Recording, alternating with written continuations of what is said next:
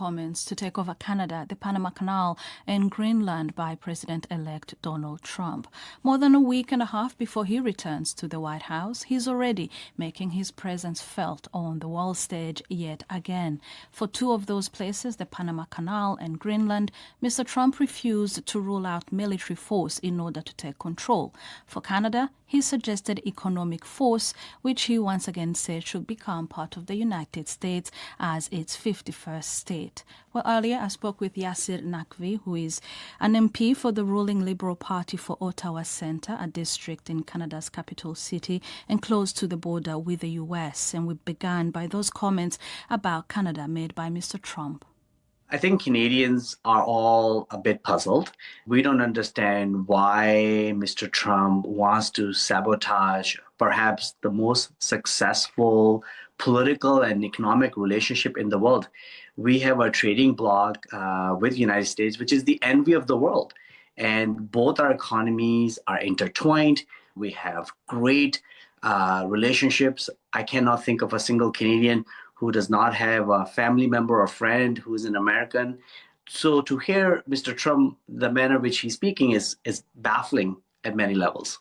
You call it sabotage, you say it's baffling, but is there any scenario in your head, in your mind, in which you see Canada becoming the 51st state, as Mr. Trump says he wants it to be? Absolutely not. Canada is a very proud country with its own history, with its own culture, with people coming from different parts of the world. There are, of course, many similarities with the Americans, given that we share a continent, but there are also many differences that we're really proud of. And it works really well for the United States, which is heavily reliant on us for many, many things that we sell to them, and for Canada, who's one of the biggest markets, is the United States. So what do you think then is behind the President-elect's pronouncements and comments about Canada?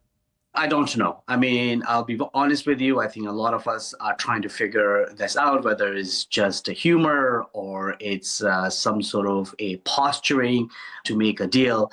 But if you look at history, if you look at the manner in which Canadian leaders and the American leaders have interacted, this is quite atypical. We have always worked well together, but it's not funny anymore when an incoming president refers to Canada as their 51st state. There is no desire on behalf of Canadians to be the 51st state of the United States. How do you see this potentially damaging the economic relationship with the United States and the incoming administration across the border?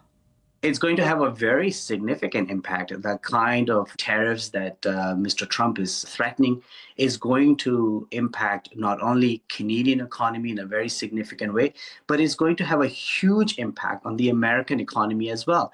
We have integrated supply chains. I come from the province of Ontario, which borders United States with many border crossings. Trucks are lined up, factories are intertwined on both sides of the borders. It's going to have a huge impact on American businesses as well that rely on Canadian services, Canadian goods, Canadians themselves.